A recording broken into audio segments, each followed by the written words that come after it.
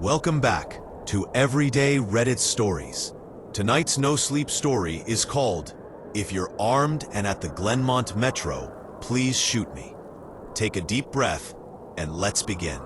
Make it a headshot. Shoot me in the temple, aiming slightly downwards.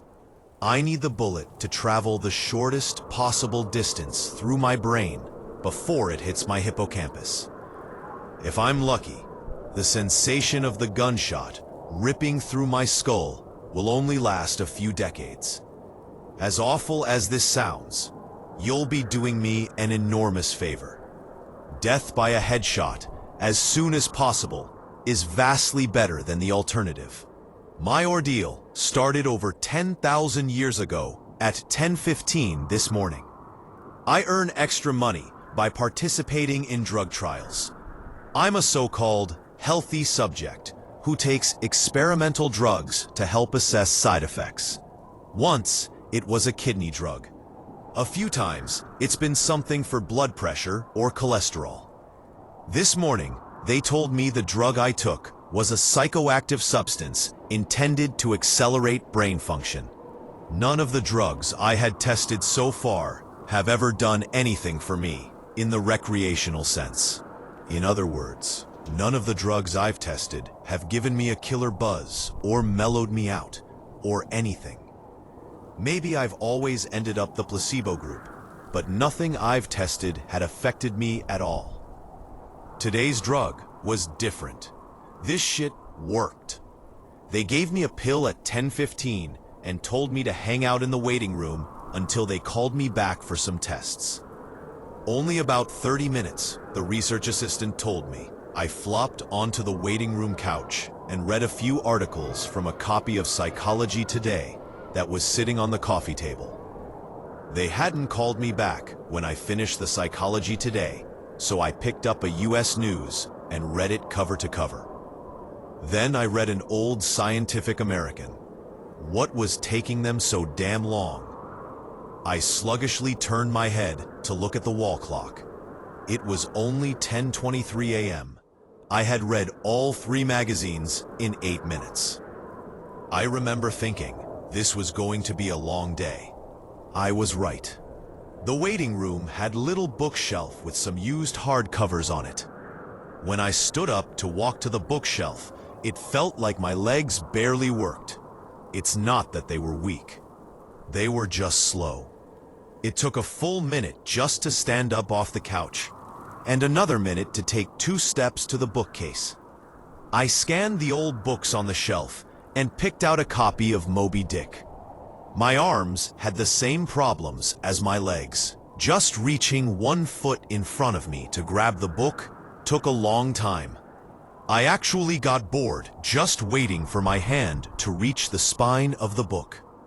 I slogged back to the couch and collapsed onto it in a slow-motion fall that reminded me of the low-gravity hops of astronauts on the moon. I opened Moby Dick slowly and began reading. I started with "Call Me Ishmael" and got as far as Ahab throwing his pipe into the sea, which was all the way to friggin' chapter 30 before they called me back.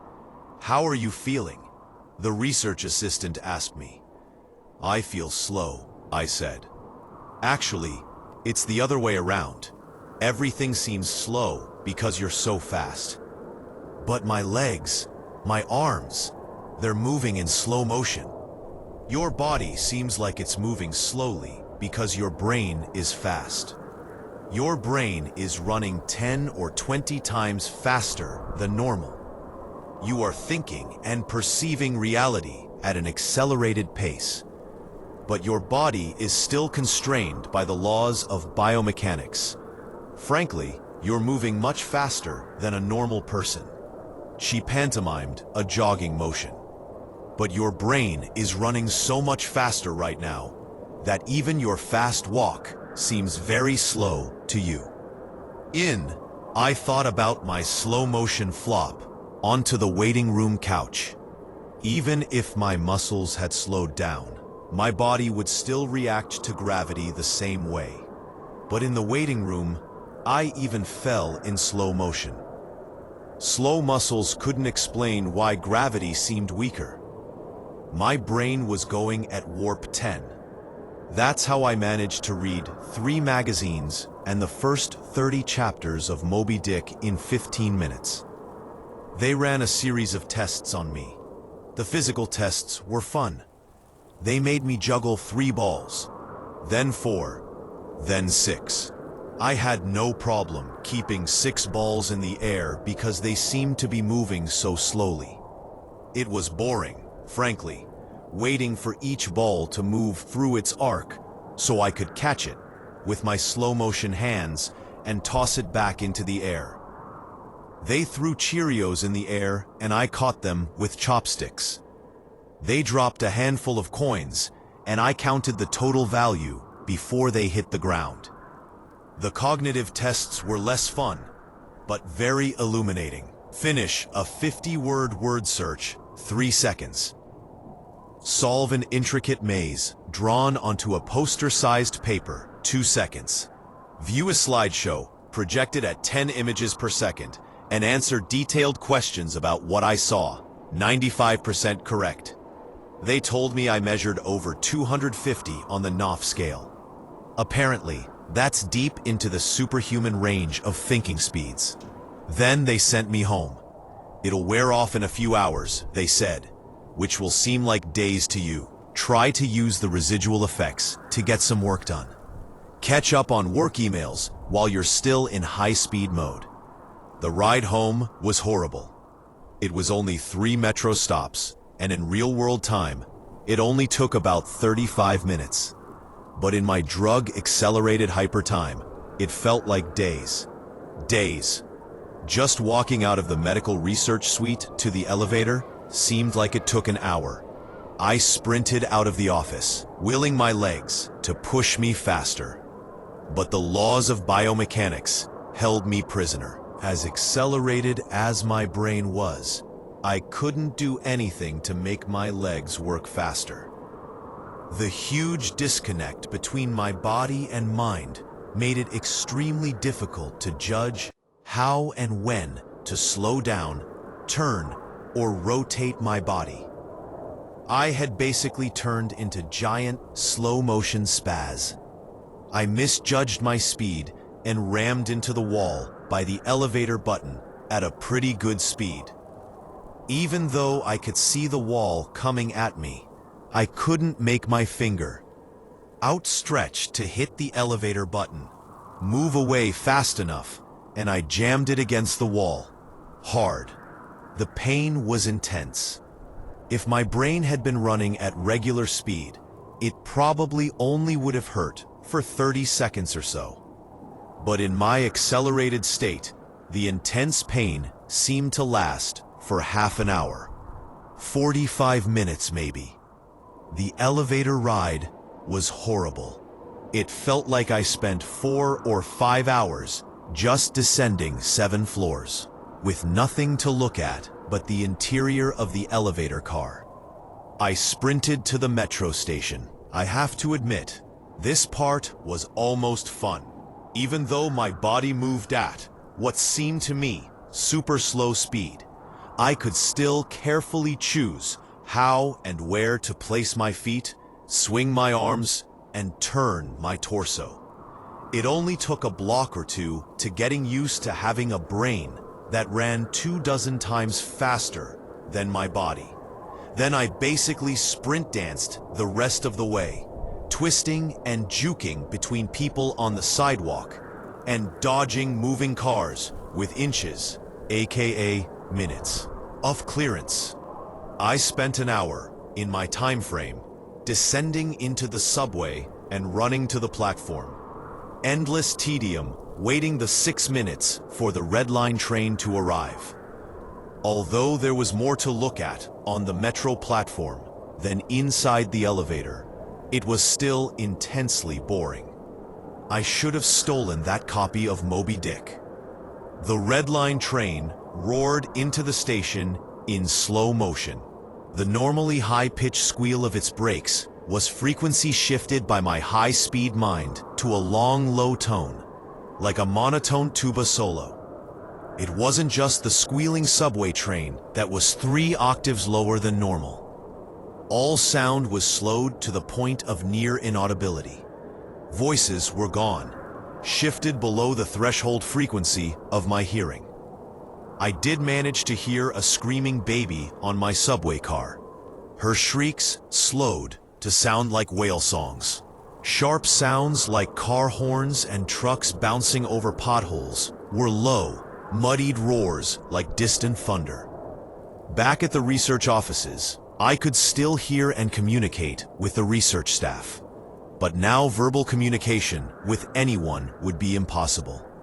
The effects of the drug were still intensifying. I spent what seemed like days on that fucking Red Line train.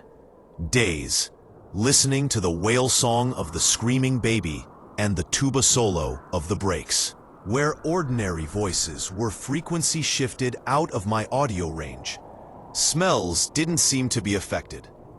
I never became nose blind to the body odor, the stench of the train's brakes, and melange of farts and other smells wafting through the metro car. I finally got back to my apartment. Sprinting through my open door and into the front hall at full speed was like a slow, relaxing drift down a lazy river. I was relieved to be home. At least, I had stuff I could do there. I picked up the book I was reading, 100 Years of Solitude, and finished it.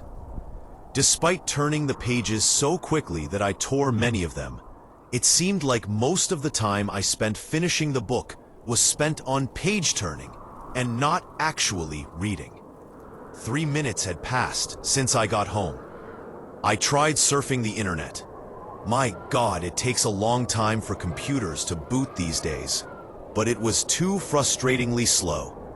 Hours, seemingly to load each new page, and a fraction of a second to read it. 100 articles in my newsfeed read, and just 3 more minutes done. I dipped into my pile of yet-to-be-read books and finished 2 more. 4 more minutes had passed. I decided to try to sleep off the remaining effects of the drug. Unfortunately, whatever part of my mind is responsible for perception, the part that's been accelerated to hyper speeds by the drug, isn't the same as the part that governs sleep. Despite being awake for what I perceived as days, my physical brain still thought it was 1:25 p.m. It was not ready for sleep. Nevertheless, I tried to sleep. I walked to my bedroom, a slow 45-minute drift through my apartment, and flung myself into bed, lazily falling like a feather onto the mattress. I closed my eyes and lay there for hours and hours. 10 minutes of reality time, before giving up. Sleep would not come. I was facing so I took an Ambien. The sensation of the pill and the splash of water I used to swallow it sliding my throat was sickening. A lump that blocked my breathing, moving like a slug down my esophagus. I read a book. 10 minutes had passed. I read another. 18 minutes since I took the Ambien. I threw the book across the room in disgust at my situation. The book slowly pirouetted and spun through the air, like a leaf blowing in a breeze. It hit the wall with a long, faint rumble, the only sound I had had for what seemed like hours, then drifted to the floor like a flip-flop sinking in a swimming pool. The force of gravity hadn't changed since I took the pill. The laws of physics were the same. It was just my perception of time that had gone wackadoo. This meant I could use the speed things seemed to fall as a way of judging the effects of the drug. Based on how long it took the book to drift to the floor, I estimated the effects of the drug were still intensifying. I read a magazine. I turned on the television. I clearly saw each frame of video, like I was watching a slideshow. Frustrated, I turned the television off. I read some more. The first 2 books of Churchill's A History of the English-Speaking Peoples. Not exactly a light read. Frankly, I hated it, but given the hours of tedium it would take to go get another book off my bookshelf, just sitting on the couch and reading Churchill was better, or at least less worse. It had now been 35 minutes since I took the Ambien. I lay down on the couch and closed my eyes. Time passed. I inhaled, an hours-long process. Time passed. I exhaled for more hours. Sleep would not come. I needed a new plan. I decided to go back to the offices where they gave me the drug.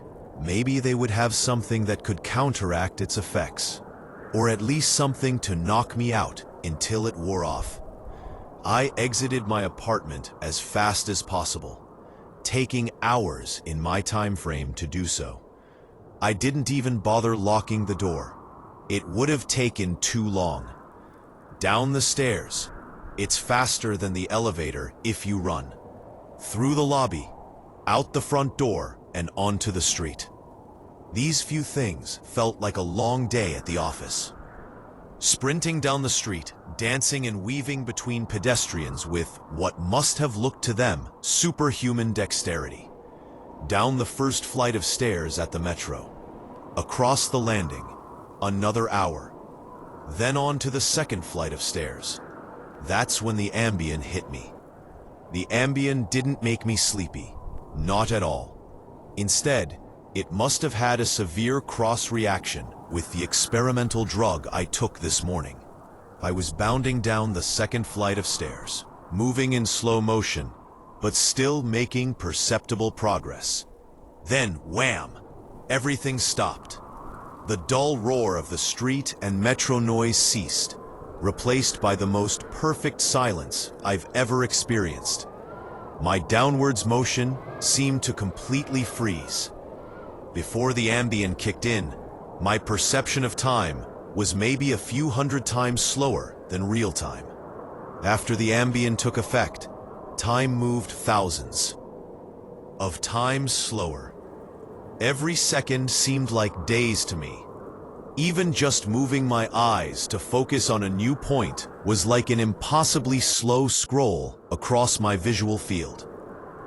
Over the course of the afternoon, I learned how to walk, run, and jump when my mind ran hundreds of times faster than my body.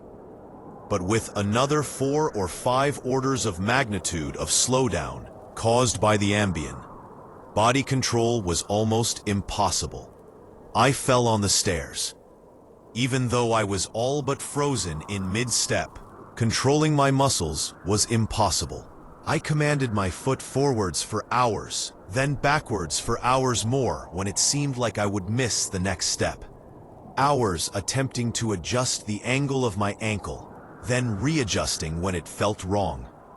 Despite these efforts, I rolled my ankle on the next step. The pain wasn't at all mitigated by the slowness. Hours of increasing strain on my bent ankle.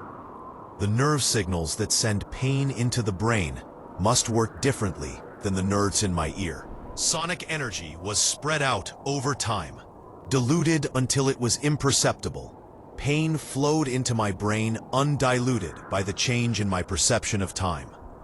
Hours and hours of increasing weight on my turned ankle turned into hours of increasing pain upon increasing pain. I pitched forwards, my high-speed mind completely unable to control my low-speed body. I drifted downwards for days, managing to rotate my torso enough to keep my head from impacting the ground first. I eventually landed on my right shoulder. At first, the impact wasn't even noticeable. Then I felt a slight pressure in my shoulder as it came in contact with the ground. The pressure grew, bringing increasing pain for hour upon hour. My shoulder finally gave out, popping out of its socket with an endless, sickening tug. I came to a stop days later, crumpled onto the ground, staring at the ceiling. The pain in my shoulder still screaming with the intensity of a fresh, violent injury.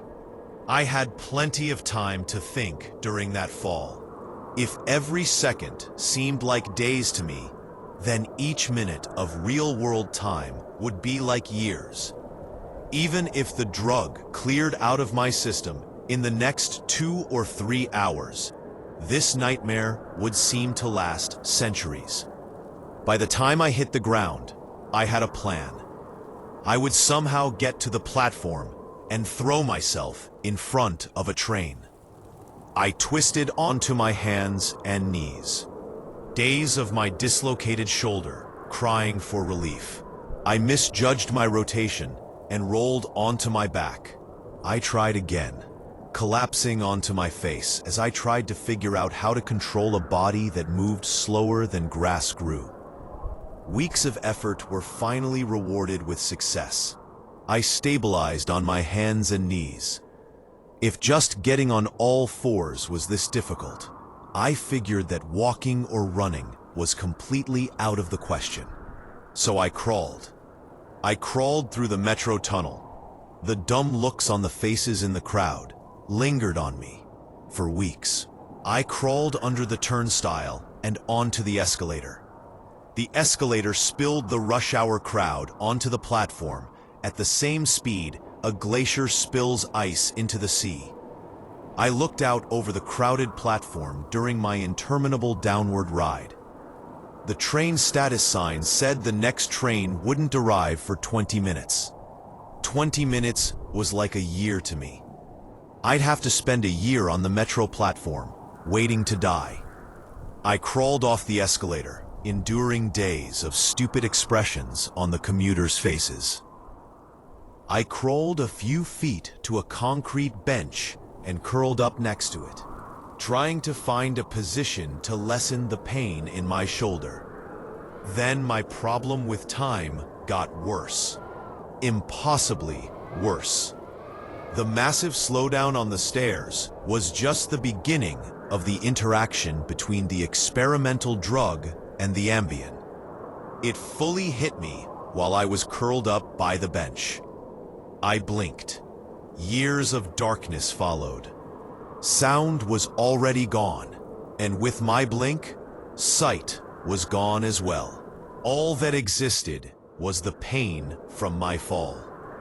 My hyper-accelerated mind wasted no time compensating for the lack of sensory input.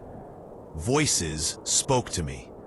They sung to me in languages that never existed. Patterns and faces and colors came and went in my mind's eye. I recalled my whole life and imagined living another. I forgot English. I settled into a profound despair. I spoke to God. I became God. I imagined a new universe and brought it to life with my thoughts. Then I did it all again and again. My eyes opened with geologic slowness. A faint glow. Weeks. A slit of light. Weeks. A narrow view of the metro platform. Ankles of the commuters near me, and an advertisement on the opposite wall. I extracted my phone from my pocket. A project that spanned decades. How can I even explain the boredom? The pain in my shoulder is nothing compared to the boredom. Every thought I can think, I have thought hundreds of times already. The view of ankles and advertisements never changes. Never. The boredom is so intense it's tangible, like a solid object of metal and stone wedged into my skull. Inescapable. What are my options? If I crawl and fall onto the tracks without an oncoming train to crush me, I won't die. I'll experience even more pain from the 4-foot fall, but I'll most likely be rescued by some do-gooder on the platform and unable to act when the train finally does arrive. My suffering in that scenario will be endless. So I wait for the train. So I can throw myself under it. When it finally hits me, I will experience the pain of being ripped to pieces for centuries, until finally the light of life leaves my brain and my experience ends. I've lived hundreds of lifespans at the foot of this bench. I am far older, in spirit, than any human who has ever lived. Most of my life experience has been a snapshot of pain, huddled on the floor of a subway platform with an unchanging view of ankles and advertisements. This post is my plan B, my Hail Mary, my long shot. I've spent lifetimes typing and posting this message in the hope that someone will read it and become convinced that my suffering must end. Someone on this platform right now. Someone who will find the man curled under the bench, the man who crawled down the escalator, and kill him as swiftly as possible.